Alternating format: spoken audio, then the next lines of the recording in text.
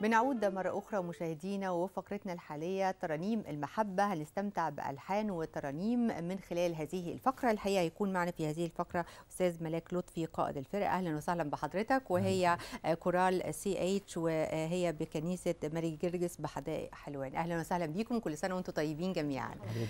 خلينا نبدأ بترنيمة خاصة بالعام الجديد ونستمتع كده بالألحان مع بعض.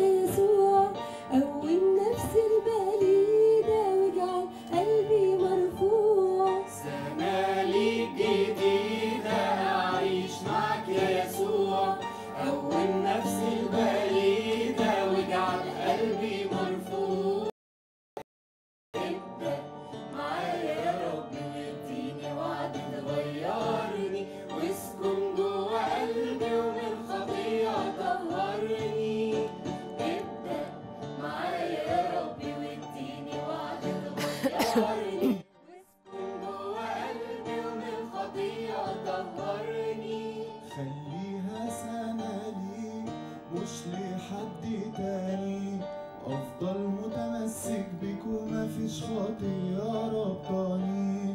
خليها سنة ليك مش لحد تاني، أفضل متمسك بيك ومفيش خطية ربطاني. ابدأ معايا يا ربي واديني وعد تغيرني، واسكن جوا قلبي ومن خطية طهرني. ابدأ معايا يا ربي واديني وعد تغيرني، واسكن جوا قلبي ومن خطية طهرني.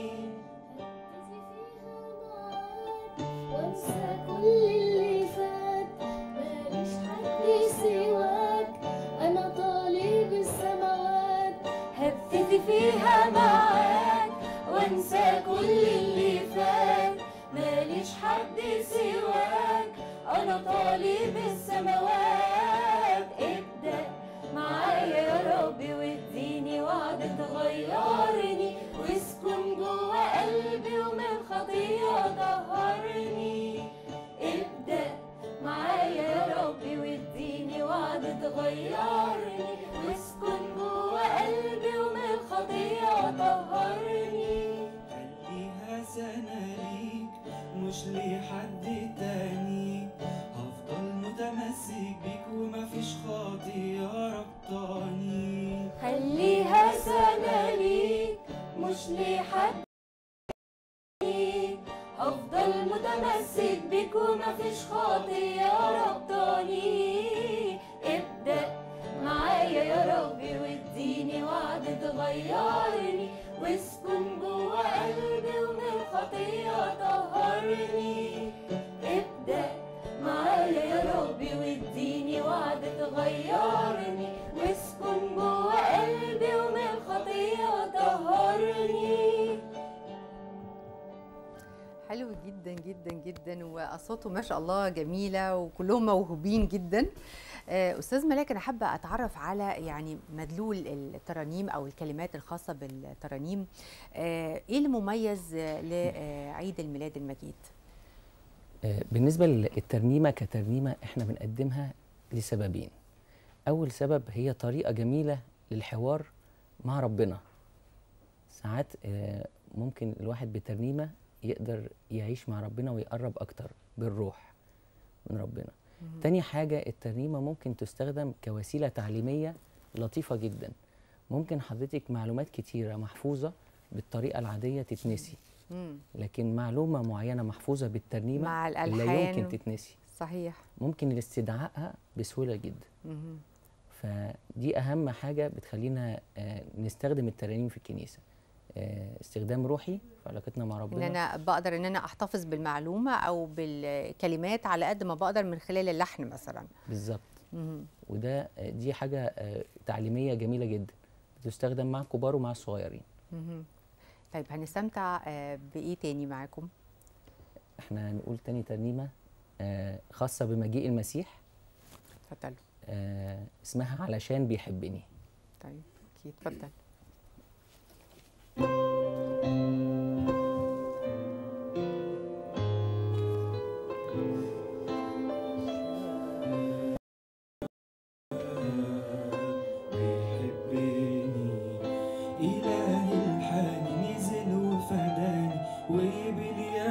شكلي كمان موت عطاني خلاص مجاني وصل روحي البر امان. إلهي الحاني نزل وفداني وقبل ياخد شكلي كمان موت عطاني خلاص مجاني وصل روحي البر امان. علشان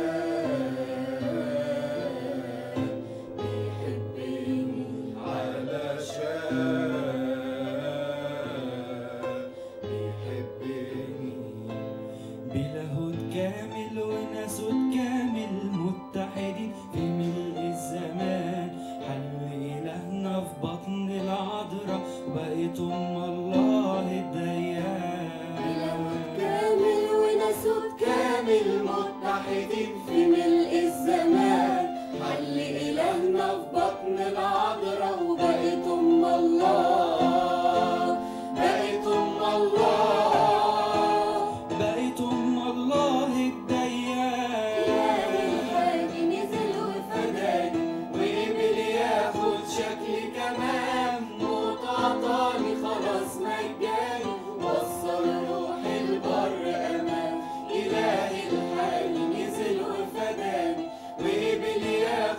شكلي كمان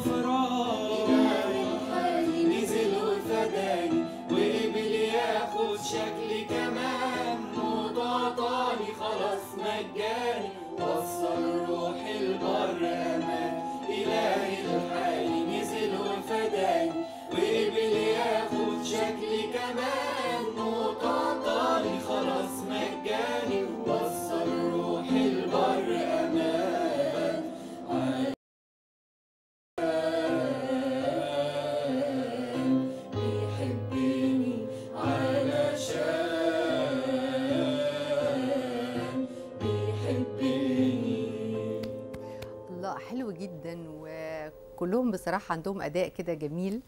عايزه اعرف من حضرتك بقى تقريبا يعني اللي بيكون في الكورال ده بيكون عنده مواصفات خاصه، بيكون عنده مثلا موهبه معينه، بيبداوا امتى تقريبا؟ اعمارهم بتكون قد ايه اول ما بيبداوا ان هم يلتحقوا بالكورال؟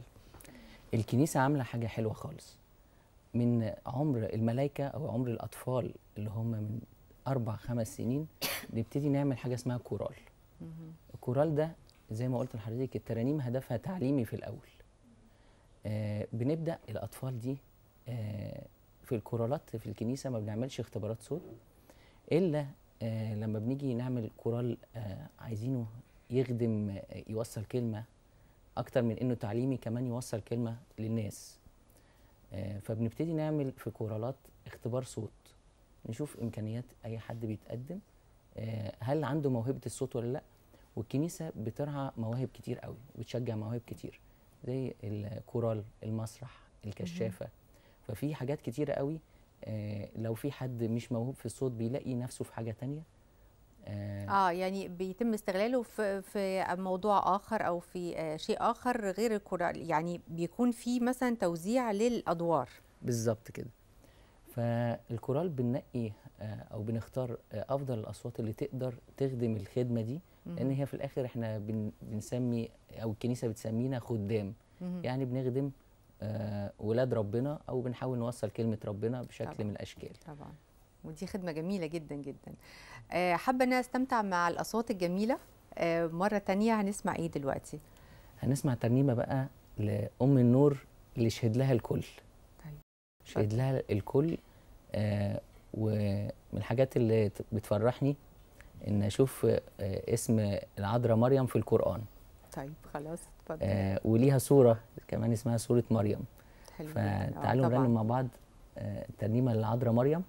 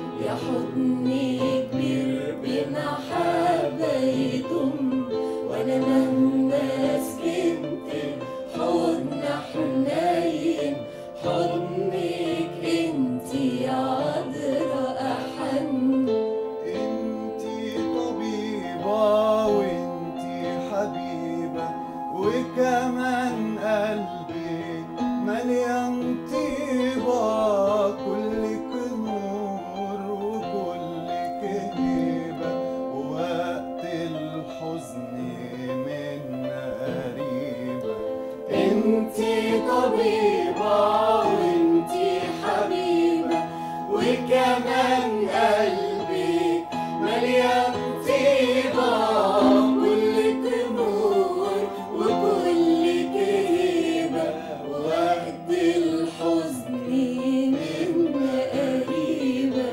عذرا يا أمي أعظم أم، يا حضني كبير بمحبة يدوم، وأنا مهما سكنت حضن حنين حضنك انتي عذرا أحن. عذرا يا أمي أعظم أم، يا حضني كبير بمحبة يدوم، وأنا مهما سكنت حنين حضنك انتي عذرا أحن. جمال جدا جدا جدا. استاذ ملاك، يعني ساعات التدريب بالنسبه لما بيكون في مناسبه مثلا زي النهارده كده وبكره ان شاء الله، كل سنه وحضراتكم طيبين، التدريب بيكون كام ساعه تقريبا في اليوم؟ هو ده بيختلف من فريق لفريق. احنا فريق بنعتبر نفسنا بساط، يعني نشتغل على قدنا خالص، فبنتجمع مره واحده في الاسبوع لمده من 2 ل3 ساعات. مره واحده في الاسبوع بانتظام على طول السنه. يعني بانتظام طول العام، لكن ما بيكونش فترات طويله قوي، يعني انا ملاحظه من كلام حضرتك يعني مره في الاسبوع. انا بقول كده لان احيانا بتبقى الارتباطات بالدراسه طبعا والمشاغل بتعوق شويه، لكن بصراحه كل الفريق بيتعب قوي انه يكون متواجد. أكيد. فكل حد بيتعب على قد ما بيقدر، فاحنا بنحاول نخلي الفريق مستمر قدر الامكان، بحيث ان كل حد وقته هيسمح هيجي هيلاقي الفريق شغال. أكيد. متواجد. أكيد. وبيسبح ربنا. أنا سعدت جدا بالألحان، لكن هنختم بترنيمة أخيرة. بشكركم جميعا، بشكر أستاذ ملاك لطفي قائد الفرقة وكورال CH كلكم طبعا جميعا بكنيسة ماري جرجس بحدائق حلوان. نورتونا وشرفتونا، وكل سنة وحضراتكم طيبين. هنختم بالترنيمة دي، اتفضل. هنختم ترنيمة لبلدنا. لبلدنا، خلاص اوكي اتفضل.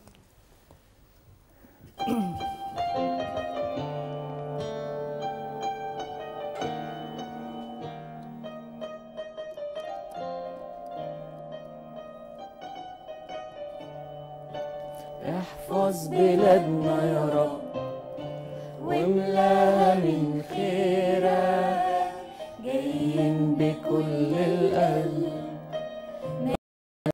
مش رجاء غيرك. احفظ بلادنا يا رب واملاها من خيرك، جايين بكل القلب ملناش رجاء غيرك. احفظها من الحاجة ومن الفقر ومن جفاف ينابيع النار، احفظها من الإرهاب والشر، احفظ بلادنا يا رب. احفظها من الحاجة ومن الفقر ومن جفاف ينابيع النار، احفظها من الإرهاب والشر، احفظ بلادنا يا رب. مجدك يعود ليها يشفي أراضيها،